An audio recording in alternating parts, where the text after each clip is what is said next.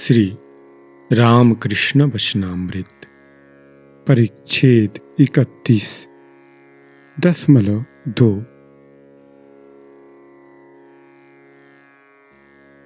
तव कथामृतम्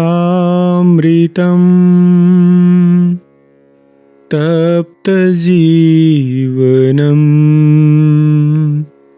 कविभिरीडितम् कल्मषापहम् श्रवणमङ्गलम् श्रीमदाततं भुवि गृह्णन्ति ये भूरिदा जना भुवि गृह्णन्ति ये भूरिदा जना।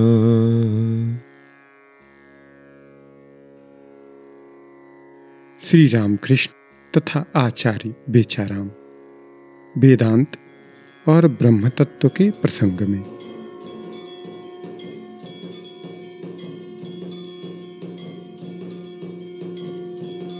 संध्या के बाद आदि समाज के आचार्य श्री बेचाराम ने वेदी पर बैठकर उपासना की। बीच बीच में ब्रह्म संगीत और उपनिषद का पाठ होने लगा।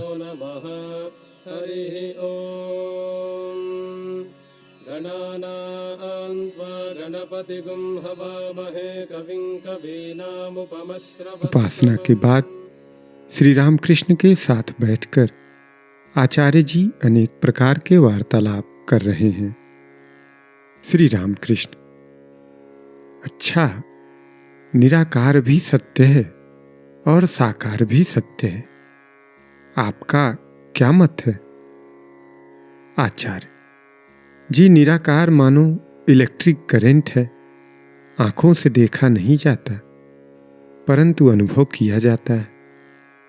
श्री रामकृष्ण: हाँ, दोनों ही सत्य है, साकार निराकार दोनों सत्य हैं।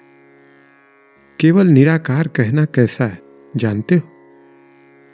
जैसे शहनाई में 7 छेद रहते हुए भी एक व्यक्ति केवल पों करता है, परंतु दूसरे को देखो कितनी ही राग रागिनियां बजाता है। उसी प्रकार देखो साकारवादी ईश्वर का कितने भावों से आस्वाद लेता है, शांत, दास्य, सख्य, वात्सल्य, मधुर, अनेक भावों से।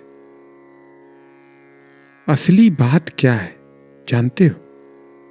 किसी भी प्रकार से अमृत के कुंड में गिरना है, चाहे स्तव करके गिरो अथवा कोई धक्का दे दे और तुम जाकर कुंड में गिर पड़ो, परिणाम एक ही हो, दोनों ही अमर होंगे। ब्रह्मों के लिए जल और बर्फ की उपमा ठीक है। सच्चिदानंद मानो अनंत जलराशि है। महासागर का जल ठंडे देश में स्थान स्थान पर जिस प्रकार बर्फ का आकार धारण कर लेता है, उसी प्रकार भक्ति रूपी ठंड से वे सच्चिदानंद भक्त के लिए साकार रूप धारण करते हैं। ऋषियों ने उस अतीन्द्रिय चिन्मय रूप का दर्शन किया था और उनके साथ वार्तालाप किया था। भक्त के प्रेम के शरीर भागवती तनु द्वारा इस चिन्मय रूप का दर्शन होता है। फिर है ब्रह्म अवांग मनस गोचरम। ज्ञान रूपी सूर्य के ताप से साकार बर्फ गल जाती है। ब्रह्म ज्ञान के बाद, निर्विकल्प समाधि के बाद फिर वही अनंत, वाक्य मन के अतीत, अरूप निराकार ब्रह्म। उसका स्वरूप मुख से नहीं कहा जाता, चुप हो जाना पड़ता है। मुख से कहकर अनंत को कौन समझाएगा? पंछी जितना ही ऊपर उठता है, उसके ऊपर और भी है। क्या कहते हैं आचार्य? जी हाँ, वेदांत में इसी प्रकार की बातें हैं। श्री रामकृष्ण। नमक का पुतला समुद्र नापने गया था, लौटकर फिर उसने खबर न दी। एक मत में है, शुकदेव आदि ने दर्शन स्पर्शन किया था, डुबकी नहीं लगाई थी। मैंने विद्यासागर से कहा था, सब चीजें उच्छिष्ट हो गई हैं, परंतु ब्रह्म उच्छिष्ट नहीं हुआ। अर्थात ब्रह्म क्या है, कोई मुंह से कह नहीं सका। मुख से बोलने से ही चीज उच्छिष्ट हो जाती है। विद्यासागर विद्वान है, यह सुनकर बहुत खुश हुए। सुना है केदार के उस तरफ बर्फ से ढका पहाड़ है, अधिक ऊंचाई पर उठने पर फिर लौटना नहीं होता। जो लोग यह जानने के लिए गए कि अधिक ऊंचाई पर क्या है तथा वहां जाने पर कैसी स्थिति होती है, उन्होंने फिर लौटकर खबर नहीं दी। उठने से फिर लौटना नहीं होता। जो लोग यह जानने के लिए गए हैं कि अधिक ऊंचाई पर क्या है तथा वहां जाने पर कैसी स्थिति होती है, उन्होंने फिर लौटकर खबर नहीं दी। उनका दर्शन होने पर मनुष्य आनंद से विह्वल हो जाता है, चुप हो जाता है। खबर कौन देगा, समझाएगा कौन? 7 फाटकों से परे राजा हैं, प्रत्येक फाटक पर एक एक महाऐश्वर्यवान पुरुष बैठे। प्रत्येक फाटक में शिष्य पूछ रहा है, क्या यही राजा है? गुरु भी कह रहे हैं, नहीं, नेति नेति। 7वें फाटक पर जाकर जो कुछ देखा, एकदम अवाक रह गए, आनंद से विह्वल हो गए। फिर यह पूछना न पड़ा कि क्या यही राजा है। देखते ही सब संदेह मिट गए। आचार्य। जी हाँ, वेदांत में इसी प्रकार सब लिखा है। श्री रामकृष्ण। जब वे सृष्टि स्थिति प्रलय करते हैं, तब हम उन्हें सगुण ब्रह्म आद्या शक्ति कहते हैं। जब वे तीनों गुणों से अतीत हैं, तब उन्हें निर्गुण ब्रह्म, वाक्य मन के अतीत पर ब्रह्म कहा जाता है। मनुष्य उनकी माया में पड़कर अपने स्वरूप को भूल जाता है। इस बात को भूल जाता है कि वह अपने पिता के अनंत ऐश्वर्य का अधिकारी है। उनकी माया त्रिगुणमयी है। ये तीनों ही गुण डाकू हैं, सब कुछ हर लेते हैं, हमारे स्वरूप को भुला देते हैं। सत्व रज तम 3 गुण हैं। इनमें से केवल सत्वगुण ही ईश्वर का रास्ता बताता है, परंतु ईश्वर के पास सत्वगुण भी नहीं ले जा सकता।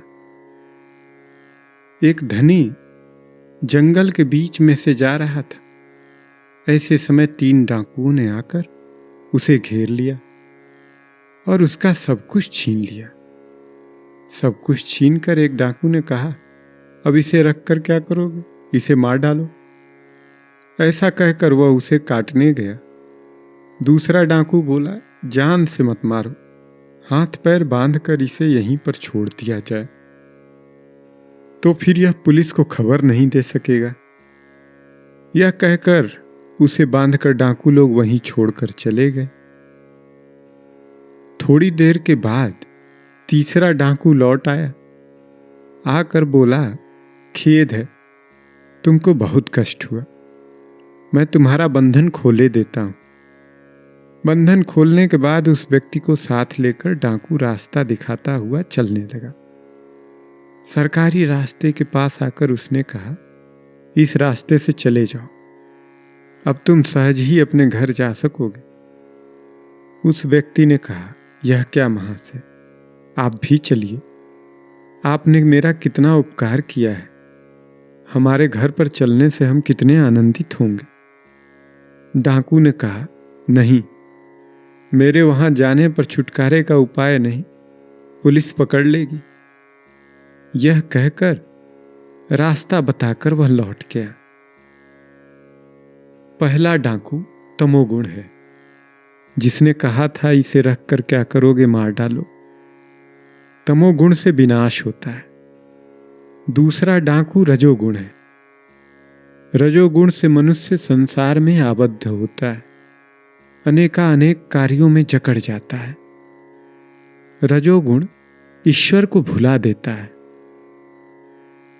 सत्व गुण ही केवल ईश्वर का रास्ता बताता है। दया, धर्म, भक्ति, यह सब सत्वगुण से उत्पन्न होते हैं। सत्वगुण मानो अंतिम सीढ़ी है, उसके बाद ही है छत। मनुष्य का धाम है परब्रह्म। त्रिगुणातीत न होने पर ब्रह्म ज्ञान नहीं होता। आचार्य, अच्छा हुआ, ये सब बड़ी अच्छी बातें हुई। श्री राम कृष्ण हंसते हुए, भक्त का स्वभाव क्या है जानते हो? मैं कहूं तुम सुनो, तुम कहो मैं सुनूं। तुम लोग आचार्य हो, कितने लोगों को शिक्षा दे रहे हो। तुम लोग जहाज हो, हम तो हैं मछुओं की छोटी नैया। सभी हंस पड़े।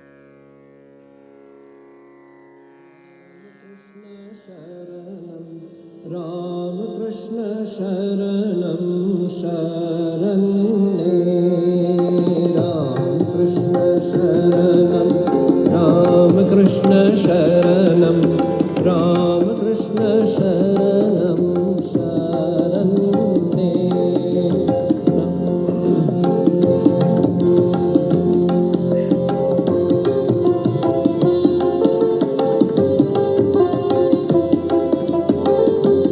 प्रभु कृपा